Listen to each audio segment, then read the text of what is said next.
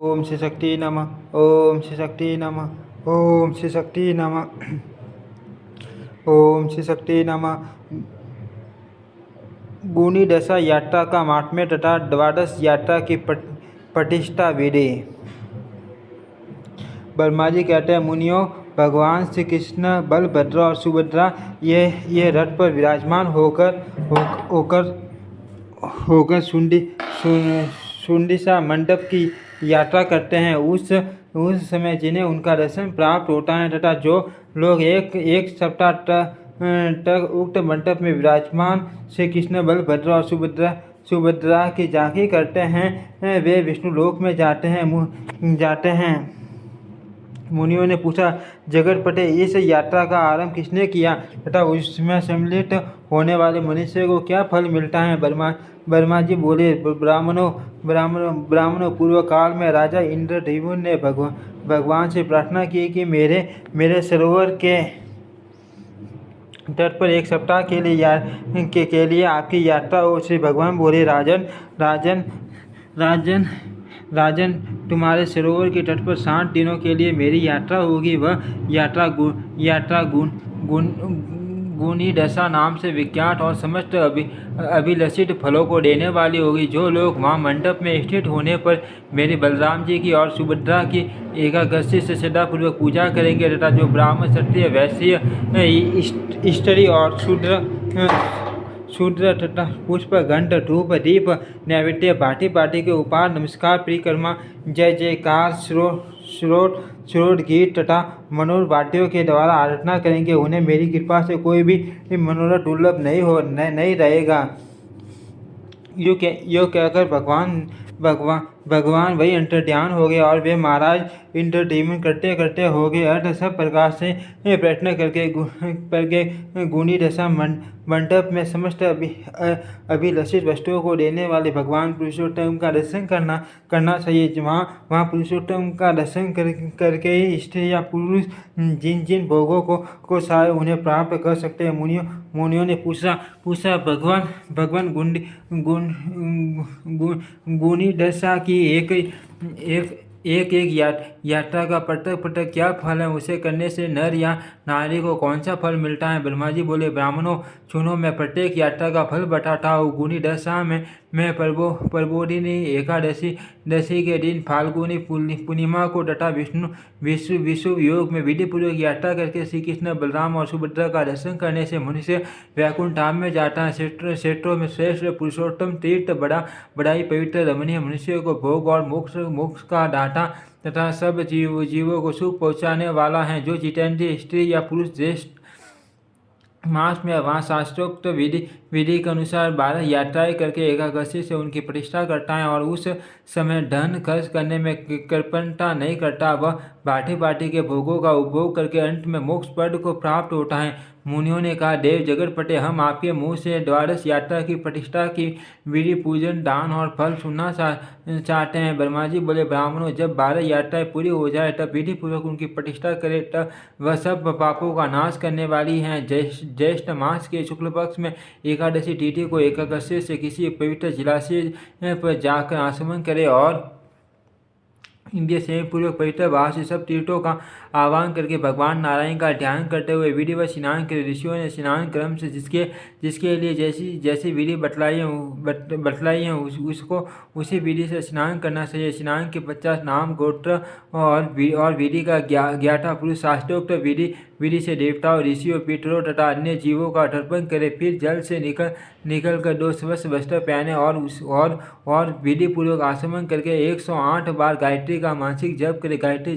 गायत्री सब वेदों की माता, संपूर्ण पापों को दूर करने वाली तथा परम पवित्र है। इसके सिवा अन्य सूर्य संबंधी मंत्रों का भी श्रद्धापूर्वक जप करना चाहिए। तत्पश्चात 3 बार परिक्रमा करके सूर्य देव को प्रणाम करे। ब्राह्मण, क्षत्रिय और वैश्य इन 3 वर्णों का स्नान और जप वैदिक विधि के अनुसार बताया गया है, किंतु स्त्री और शूद्रों की स्नान और जप ने वैदिक विधि का निषेध है। इसके बाद मौन होकर घर में जाए और हाथ पैर धोकर विधिवत आचमन करके श्री पुरुषोत्तम की पूजा करे। पहले भगवान को घी से स्नान कराए, फिर दूध से, उसके बाद मधु गंध और जल से, फिर तीर्थ के संतन और जल से स्नान कराए। तदंतर भक्तिपूर्वक 2 उत्तम वस्त्र पहनाए, फिर संतन, अगर, कपूर और केसर भगवान के अंगों में लगाए। पुण्य भक्ति के साथ कमल से तथा विष्णु देवता संबंधी मल्लिका आदि अन्य पुष्पों से श्री पुरुषोत्तम की पूजा करे। भोग और मोक्ष के दाता जगदीश्वर श्री हरि की इस प्रकार पूजा करके उनके समक्ष अगर गुगुल तथा अन्य सुगंधित पदार्थों के साथ धूप जलाए। अपनी शक्ति के अनुसार घी से दीपक जलाकर रखे। घी अथवा तिल के तेल से अन्य 12 दीपक जलाकर रखे। नैवेद्य के रूप में खीर, पुआ, पूरी, बड़ा, लड्डू, खौड और फल निवेदन करे। इस प्रकार 550 से श्री पुरुषोत्तम का पूजन करके ओम नमः पुरुषोत्तमाय इस मंत्र का 108 बार जप करे। इसके बाद भक्तिपूर्वक भगवान पुरुषोत्तम से इस प्रकार प्रार्थना करे। नमस्ते सर्वलोकेश्वर भक्ता नाम भयप्रद संसार सागरे मगनटाई माँ पुरुषोत्तम याचते मया कर्ता याता द्वादशैव जगत्पते पश्चादात्व गोविंद संपूर्णाष्टा भवन्तु। मैं भक्तों को अभय प्रदान करने वाले सर्वलोकेश्वर पुरुषोत्तम आपको नमस्कार है। मैं इस संसार सागर में डूबा हुआ हूँ, मेरा उद्धार कीजिए। जगत पटे गोविंद, आपके दर्शन के लिए मैंने जो 12 यात्राएं की हैं वे सब आपके प्रसाद से मेरे लिए परिपूर्ण हो। इस प्रकार भगवान को प्रसन्न करके साष्टांग दंडवत करके तत्पश्चात पुष्प, वस्त्र और संदन आदि से भक्तिपूर्वक गुरु की पूजा करे, क्योंकि गुरु और भगवान में कोई अंतर नहीं है। तदंतर भांति के पुष्पों से भगवान के ऊपर एक सुंदर पुष्प मंडप बनाए। फिर सदा और एकाग्रता पूर्वक रात्रि में जागरण करे। भगवान वासुदेव देव की कथा और गीत की व्यवस्था रखे। इस प्रकार विद्वान पूरी ध्यान, पाठ और स्तुति करते हुए रात्रि व्यतीत के तत्पश्चात निर्बल प्रभात होने पर द्वादशी को 12 ब्राह्मणों को निमंत्रित करे। वे ब्राह्मण स्नातक, वेदों में पारंगत, इतिहास पुराणों के ज्ञाता, क्षेत्रीय और जितेंद्रिय होने चाहिए। इसके बाद स्वयं भी विधिपूर्वक स्नान करके धुला हुआ वस्त्र पहने और इंद्रिय स्वयं पूर्वक पहले भगवान को स्नान कराकर उनकी पूजा करे। भगवान की पूजा के बाद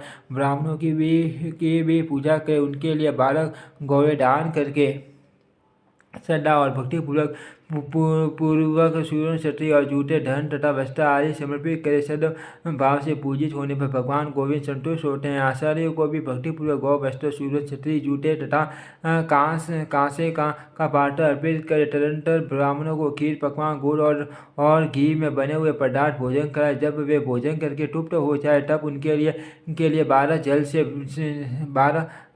से भरे हुए घट दान करे। उन घड़ों के साथ लड्डू और यथाशक्ति दक्षिणा भी होनी चाहिए। आचार्य को भी कलश और दक्षिणा निवेदन करे। इस तरह ब्राह्मणों की पूजा करके विष्णु तुल्य ज्ञान दाता गुरु की भी पुण्य भक्ति के साथ पूजा करे। पूजन के पश्चात नमस्कार करके यह मंत्र पढ़े। सर्वव्यापी जगन्नाथ शंख चक्र गदाधरम अनादि निधनो देव प्रियतम माँ पुरुषोत्तम शंख चक्र और गदा धारण करने वाले सर्वव्यापी जगन्नाथ एवं आदि अंश से रहित भगवान पुरुषोत्तम मुझ पर प्रसन्न हो। योग कहकर ब्राह्मणों की 3 बार प्रदक्षिणा करे। इसके बाद मस्तक झुकाकर आचार्यों को भक्तिपूर्वक प्रणाम करे। प्रणाम के 50 उन्हें विदा करे। फिर अन्य ब्राह्मणों को भी गांव की सीमा तक पहुँचा दे।